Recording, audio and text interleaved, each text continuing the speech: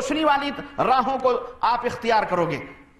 تو میرے عزیز یہاں تک تو جو میں نے ابھی بات عرض کی ہے یہاں تک تو سارے اس بات کو تسلیم کرتے ہیں. اور یہ جو جماعتیں فرقے بنا بنا کے دارالعلوم و مدرسوں کے اندر فرقہ واریت کی تعلیم دے رہے ہیں مولوی حضرات, ان سے بھی آپ پوچھیں گے, ان کے بھی جلسے ہوتے ہیں, ان کے بھی جلوس ہوتے ہیں, یہ بھی کہتے ہیں قرآن و سنت کو مانو, قرآن و سنت کو مانو, قرآن و سنت کو مانو.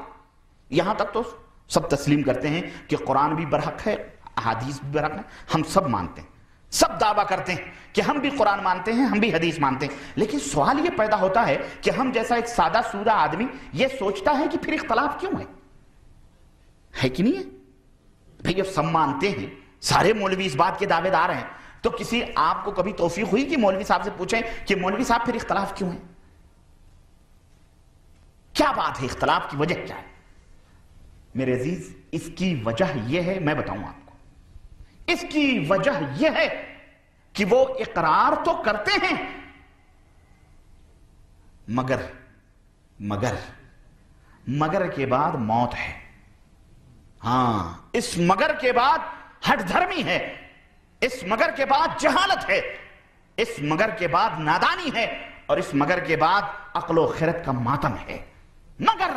مگر بہت ساری باتیں اس کے بعد آتی, ہم قرآن و حدیث کو نہیں سمجھ سکتے.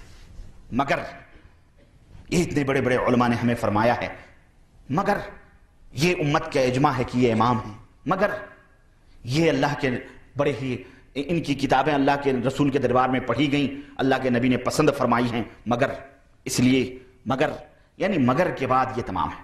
مگر یہ ہے کہ ان اماموں کے اوپر بھی ایمان لانا ضروری ہے, اور ان میں سے کسی ایک کے مسلک کو اپنانا بہت ضروری ہے. یہ ہے, فرض ہے, واجب ہے.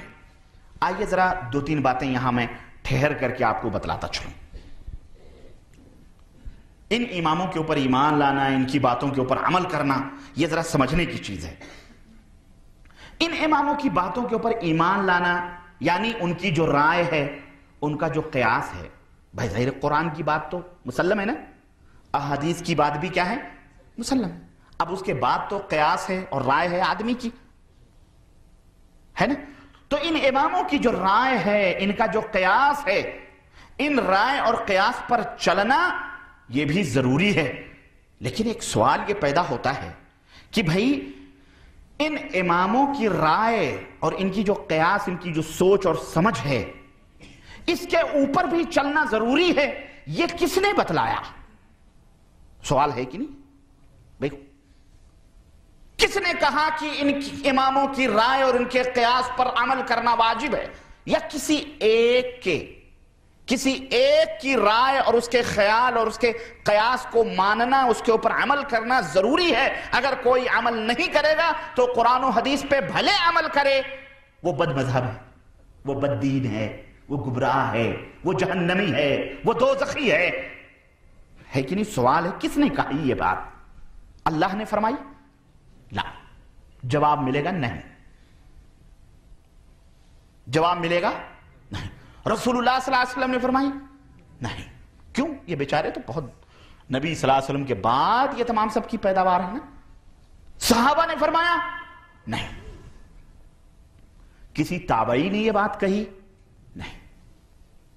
کسی, چلیں اب ائمہ ہی کا دور آتا ہے, تابعی کے بعد تابعی نہیں, وہ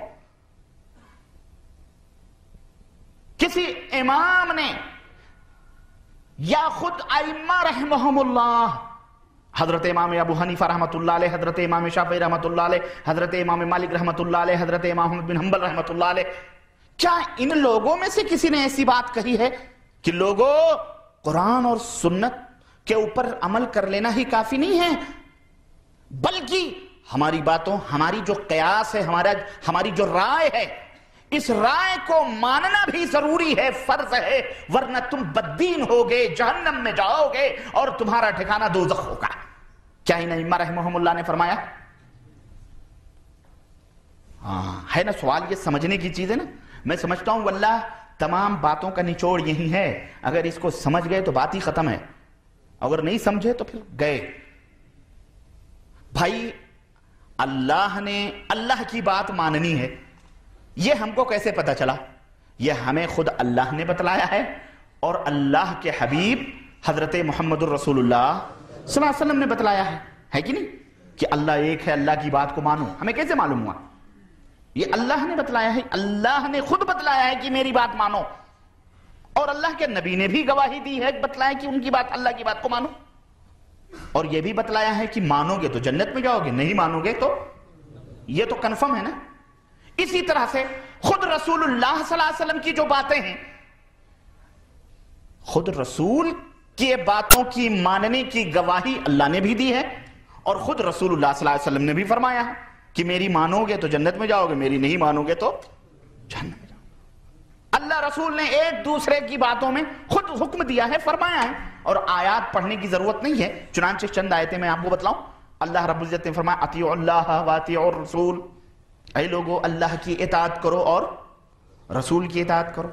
اللہ نے ایک جگہ ارشاد فرمایا واعتصموا بحبل اللہ جميعا ولا تفرقوا، اے لوگو اللہ کی رسی کو مضبوطی کے ساتھ پکڑ لو اور ٹکڑے ٹکڑے نہ بنو. تو پہلی آیت میں تو اللہ نے فرمایا میری بھی اطاعت کرو اور میرے رسول کی بھی اطاعت کرو. یعنی اللہ نے خود کا بھی خود کے فرمان کے اوپر عمل کرنے کا حکم دیا اور رسول کے بھی فرمان پہ عمل کرنے کا حکم دیا. اسی طرح اللہ کے نبی صلی اللہ علیہ وسلم کیا فرماتے ہیں؟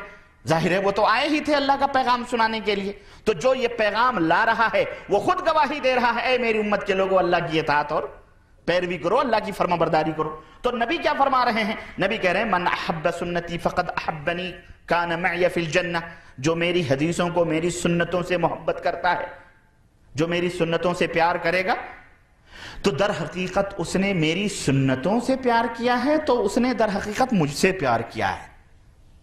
میری طریقوں کو اپنانے والا در حقیقت مجھ سے محبت کرتا ہے، اور جو مجھ سے محبت کرتا ہے کان معی فی الجنہ، وہ میرے ساتھ جنت میں ہوگا.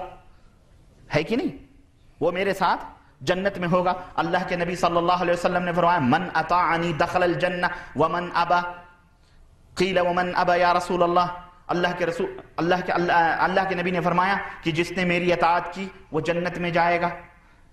اللہ کے نبی فرماتے ہیں کہ کل امتی یدخلون الجنہ الا من ابا، میری امت کا ایک ایک آدمی جنت میں داخل ہوگا مگر وہ شخص جو میرا انکار کرے. قیل ومن اباک یا رسول اللہ، من اباک یا رسول اللہ، اے اللہ کے نبی آپ کا انکار کون کرے گا؟ کیسے ہوگا آپ کا انکار؟ تو اللہ کے نبی نے فرمایا من اطاعنی دخل الجنہ، جو میری اطاعت اور پیروی کرے گا وہ جنت میں جائے گا. ومن عصانی فقد ابا، جس نے میرے باتوں کی نافرمانی کی گویا اس نے میرا انکار ہی کر دیا. اللہ اکبر.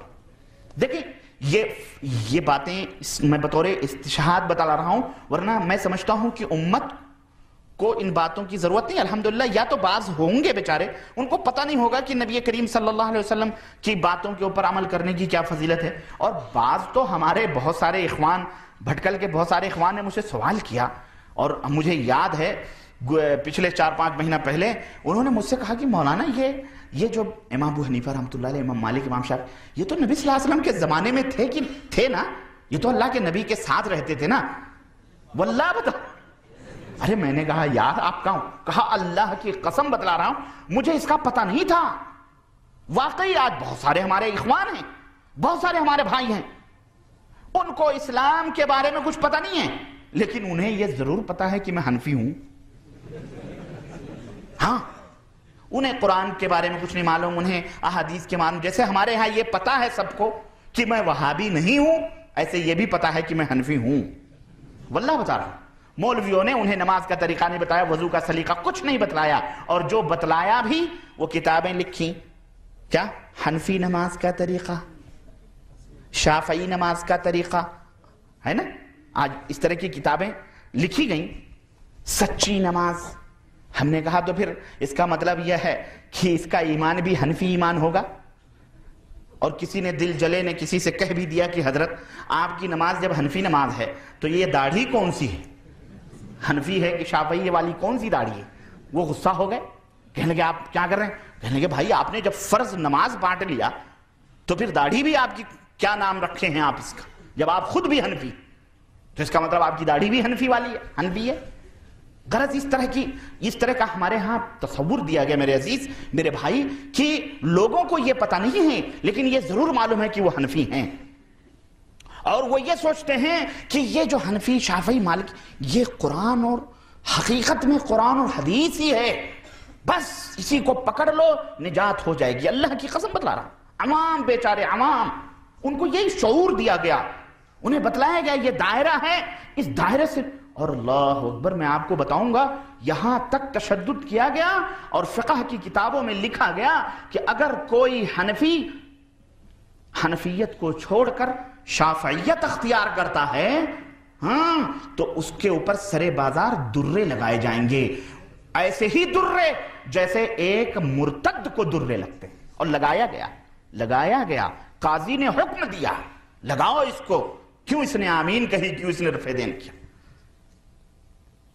ہاں یہ بڑی عظیم، میں بتاؤں گا ابھی، اور وہ پیپرز تو اچانک جلدی میں بھول ہی گیا جو کل میں لایا تھا، لیکن بہرحال میرے ذہن میں وہ خاکے موجود ہیں، میں انشاءاللہ اور حوالے دوں گا، میں ٹھوس انشاءاللہ تعالیٰ کوئی دنیا میں کوئی ایسی بات اللہ کے فضل سے بولوں گا ہی نہیں، نہ بولتا ہوں نہ میری عادت ہے کہ جو کوئی انگلی رکھ سکے، چاہے کوئی بہت بڑا جگادڑی آ جائے انشاءاللہ انگلی رکھنے کی میں مہلت نہیں دیتا ہوں۔ کیوں؟ مجھے پتا ہے ان راہوں کا، یہ جو بیچارے آج چاٹ رہے ہیں نا، چل رہے ہیں مولوی لوگ، عوام کی بات نہیں کر رہا، عوام دیکھو آپ لوگ یہ غلط فہمی پڑ جاتے ہو یار یہ ہمیں برا کہتے ہیں، ہم آپ کو برا نہیں کہتے، استغفر اللہ۔ بھائی میرے، میں بھی ایک عامی آدمی تھا، میں بھی ایک طالب علم ہوں، میں آپ کو وہ راہ سے آگاہ کر رہا ہوں جن راہوں کو چھوڑ کر کے میں آیا ہوں، جن کے اوپر میں چل کے آیا ہوں، میں نے دیکھا ہے اور میں نے ایک فیصلہ کیا ہے، اللہ کی قسم بتلا رہا ہوں، اور میں اللہ عز و جل کی قسم کھا کے بات کہتا ہوں، میں نے جو مطالعہ کیا ہے شروع سے لے کر اخیر تک، جب سے، معاف کیجئے گا میں نے کہا میں علماء کی بات کر رہا ہوں، آپ کی بات نہیں کر رہا ہوں، آپ سچے ہو سکتے ہیں، آپ ناسمجھی کی وجہ سے، لا علمی کی وجہ سے اپنے آپ کو کچھ بھی کہہ لیں، لیکن حقیقت یہ ہے، اور میں مولوی حضرات سے میں اس کی تائید، اگر وہ تو نہیں کریں گے لیکن میں ان سے درخواست کروں گا کہ ذرا تاریخ اٹھا کر کے دیکھو، جو میرے سامنے کتابیں ہیں ان کتابوں کے حوالے سے اللہ کی قسم بتلا رہا ہوں،